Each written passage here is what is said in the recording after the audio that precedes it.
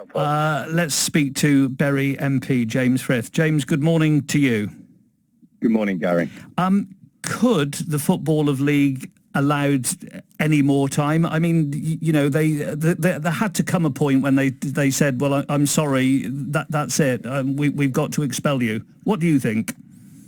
So I think time is important and was important. I think they needed to have given more time, but it's not the only issue here. I think having reluctantly and quite begrudgingly given a deadline extension of one working day off the back of a bank holiday weekend, they then stipulated exclusivity with one bid for that time instead of welcoming a competitive open tender from many bidders, many of whom were floating about, which if they'd stipulated this needed to be led by a proof of funds to qualify for consideration, then I think we'd have had a competitive process and credible bids would have been forthcoming. But in fairness to the Football League, you say many bidders and there were a few floating around. Why did they suddenly pitch up with 24 hours notice, or let's say even a week?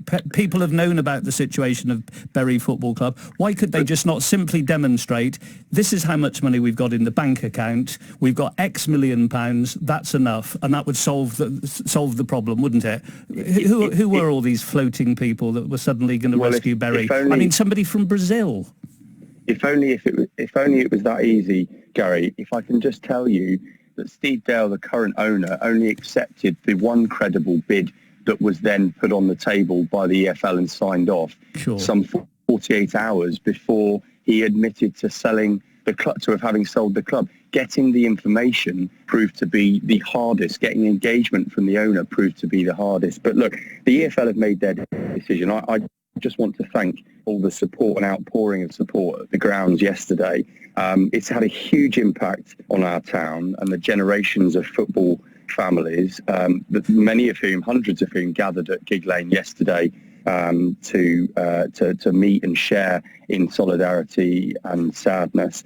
But I think we have to move forward. The grieving process, as many fans talk to me about it being, sooner or later you got to get up, dust yourself off and go down to the shops. And that was what yesterday was to so many of us. Fair enough. And the point I also made, James, when I said about all these teams coming in, basically it seems sometimes people just like the sort of the publicity, the oxygen of publicity, don't they? And they jump. They're not really serious people. That was the point I was making there. I follow a non-league football team and travel around the country watching a non-league side, so I know exactly what it's like in the lower divisions. The point that I made earlier about putting Bury in League Two, was that ever suggested to the Football League, do you know?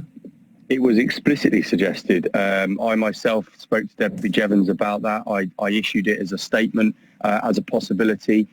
Such was the concern, but also the call for some lateral thinking or creative thinking and new precedent here. But it's also why, Gary, myself and the Greater Manchester Mayor, Andy Burnham, are going to be, today, jointly seeking a meeting with Debbie Jevons to specifically ask for their leniency in where they return us to the league, and that be a return to League Two football from August 2020. We believe that's a fairer punishment. We accept the decision has been made. We have essentially appealed it, and that's been declined. And as well as that, we're going to write to the remaining 71 clubs seeking their support for this request and ask that the fans of all clubs, as was so on show yesterday, back this call for Bury to be returned to league football in League Two from August 2020. And I hope that people can get behind that as a positive, constructive way forward so that Bury Football Club keeps football at Gig Lane and stays alive. Well, that does require new ownership, and I'm already into conversations, because you're absolutely right, Gary. There's a huge gap between somebody announcing or emailing their readiness to step in and be a saviour to actually putting a bid on the table and having proof of funds that is then verified.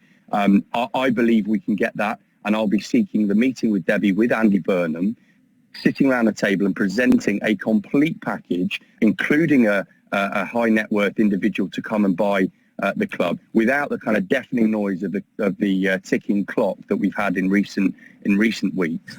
And I think we need to go forward constructively with a view to apply to be re-entered to League Two for next season. And you're saying you do have a credible buyer that you can go to Debbie Jevons and you can honestly say to us this morning, this person will have the funds, will meet all the criteria that the Football League want to start playing in League Two from August 2020. That's what you're saying in a nutshell, James Frith. In a nutshell, I'm saying I have spoken to that person. I believe them to be credible. They have the proof of funds, and I will take the time to ensure that proposition is thorough and credible, and present that personally with the Supporters Trust, with the support, and alongside Andy Burnham, who has been a brilliant support throughout for all of this, and ensure that they've got comfort before making a decision.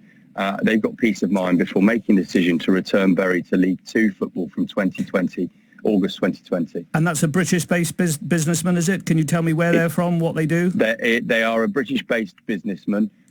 Based in the northwest? Based in the northwest? Based in the northwest, yeah. Okay. Ollie. Stay with us, James. Ollie.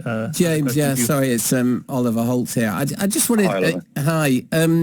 You know, I know you're a football fan, and you've talked about the ticking clock, and you've talked about the importance of time in these negotiations and the problems that Bury have had latterly. But as a football fan, as a local MP, have there not been alarm bells ringing for you for a couple of years about what's been going on at the club? And if there have, I imagine there have, because as I say, I know you're a football fan. Why has it not been possible to do anything about it? And is that a sign that there need to be a few more regulations in the EFL, maybe wage caps, that kind of thing? Why have the alarm bells that everybody has been hearing, why has nobody been able to act on those before it's got to this point? Well, I think everyone at the club gathered there yesterday would agree that it was a well-known fact that there were irregularities, that there were unsustainable practices, and that the Shakers were shaky for a number of years. Again, there's a big gap between what a fan can believe and say in the pub on match day, and you know, judge accordingly as to what to do next, and their ability to change. Such is the point. We've an owner now who, even whilst committing to selling, was not engaging with any due diligence or preparing of information to make credible bids possible. And so there is a great detachment from the real fans and the town of the club and the owners of our football clubs. And Bury is not on its own. You know, there is a great deficit in lower league football. There is a high proportion of wages being paid that is disproportionate to turnover. Andy Holt, you mentioned, Oliver, terrific example of how to do things correctly at Accrington, and this disconnect is very real. We've got a situation now where a credible bid was on the table.